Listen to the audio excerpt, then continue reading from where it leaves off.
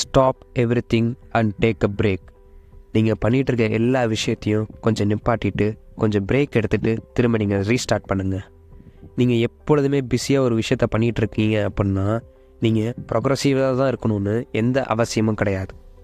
இந்த வீடியோவில் பிரேக்னால் என்ன, அது ஏன் எடுக்கணும், அண்ட் அது எப்படி எடுக்கணும், அண்ட் என்னென்னலாம் பண்ணணும், என்னெல்லாம் பண்ணக்கூடாது அப்படிங்கிறத பற்றி டீட்டெயில்டாக பார்ப்போம்.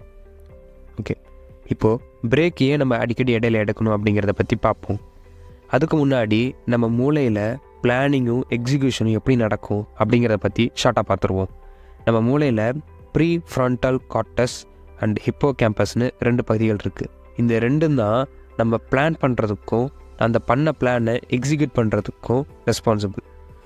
இப்போது நம்ம ஒன்று பிளான் பண்ண முடியும், அப்படி இல்லைனா எக்ஸிக்யூட் பண்ண முடியும். ஏன்னா இந்த ரெண்டுமே ஒரே இடத்துல தான் நடக்கும். ஸோ ஒரு விஷயத்த பண்ணும்போது இன்னொரு விஷயத்த பண்ண முடியாது.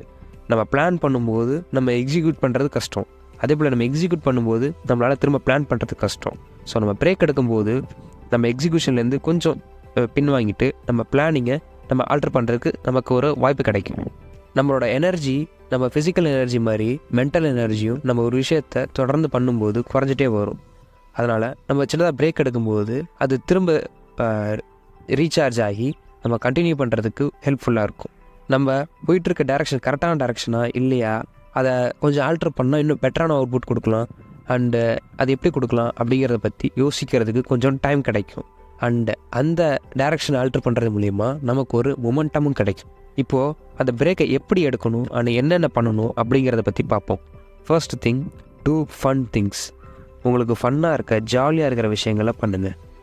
அண்ட் கிராஸ் ட்ரைனிங் பண்ண ட்ரை பண்ணுங்கள். கிராஸ் ட்ரைனிங்னா என்னென்னா, நீங்கள் இப்போது பயங்கரமாக படிச்சுக்கிட்டே இருக்கீங்க தொடர்ந்து அப்படின்னா நீங்கள் அதை கொஞ்சம் ஸ்டாப் பண்ணிவிட்டு ஒரு மியூசிக் கற்றுக்கிறதுக்கு ட்ரை பண்ணலாம், ஒரு டான்ஸ் கற்றுக்கிறதுக்கு ட்ரை பண்ணலாம் கொஞ்சம் நேரம் இடையில.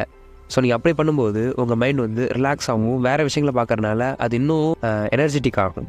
அடுத்து உங்கள் பெர்ஃபார்மன்ஸை அனலைஸ் பண்ணுங்கள். நீங்கள் கண்டினியூஸாக இவ்வளோ நாள் பண்ண ஒர்க்கை நீங்கள் எந்த அளவுக்கு பெட்டராக பண்ணியிருக்கீங்க, அண்டு என்னென்னலாம் எங்கெங்கெல்லாம் சொதப்பியிருக்கீங்க, எங்கெங்கெல்லாம் ரொம்ப நீங்கள் எதிர்பார்த்ததோட பெட்டராகவே பண்ணியிருக்கீங்க, ஃபுல்லாகவே அனலைஸ் பண்ணுங்கள். நெக்ஸ்ட்டு உங்களோட பர்ஃபார்மன்ஸ், உங்கள் கோல் அண்டு பிளான் இந்த 3மே ஒரே லைனில் தான் இருக்கா, கரெக்டாக இருக்கா, இல்லை இதில் ஏதாவது சேஞ்சஸ் பண்ணணுமா அப்படிங்கிறத வெரிஃபை பண்ணுங்கள் ஒரு தடவை. ஸோ இன்கேஸ் நீங்கள் கரெக்டான லைன் தான் போயிட்டுருக்கீங்க அப்படின்னா ஒன்றுமே பிரச்சனை இல்லை, அப்படியே கண்டினியூ பண்ணலாம். அப்படி இல்லை இதில் ஏதாவது ஆல்ட்ரேஷன் பண்ணணும் தேவைப்பட்டுச்சு அப்படின்னா உங்கள் பெர்ஃபார்மன்ஸை இன்க்ரீஸ் பண்ண ட்ரை பண்ணலாம். அல்லது உங்கள் கோலை இன்னும் கொஞ்சம் குறைச்சி ப்ராக்டிக்கலாகவோ, அல்லது உங்கள் பர்ஃபார்மன்ஸ் பெட்டராக இருந்துச்சுன்னா கோலை இன்னும் கொஞ்சம் மேலேயோ. அண்டு 3வது விஷயம், உங்கள் பிளான் ஸ்ட்ராட்டஜி எல்லாமே ப்ராப்பராக இருக்கா, இல்லை ஒர்க் ஆகுதா, இல்லை ஒர்க் ஆகலையா அப்படிங்கிறத செக் பண்ணிவிட்டு அந்த பிளானையும் ஆல்ட்ரு பண்ணுறது மூலயமா உங்களோட பர்ஃபார்மன்ஸ் இன்னுமே பெட்டராக வரதுக்கு நிறைய வாய்ப்பு இருக்குது. அடுத்து என்னென்னலாம் பண்ணணும்னு பார்த்தோம், என்ன பண்ணக்கூடாதுங்கிறது முக்கியமாக சொல்கிறேன். உங்கள் மூளையை கொஞ்சம் டிஸ்என்கேஜ் பண்ணுறது தான் இந்த பிரேக்குங்கிறது.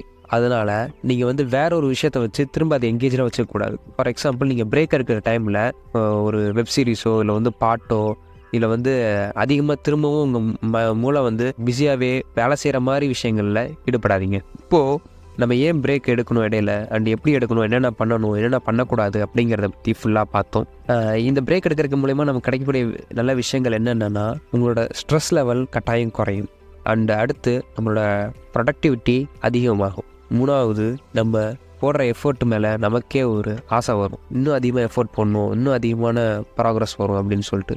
ஸோ ஆப்வியஸாக நம்ம பிரேக் எடுக்கிறது மூலயமா நம்மளோட ப்ராக்ரஸ் நிற்க போகிறது கிடையாது, இதை விட டபுள் ட்ரிபிள் ஆகிறதுக்கு தான் நிறையவே வாய்ப்பு இருக்குது. இந்த வீடியோவில் ஏதாவது டவுட் இருந்துச்சு அப்படின்னா கமெண்ட் செக்ஷனில் சொல்லுங்கள்.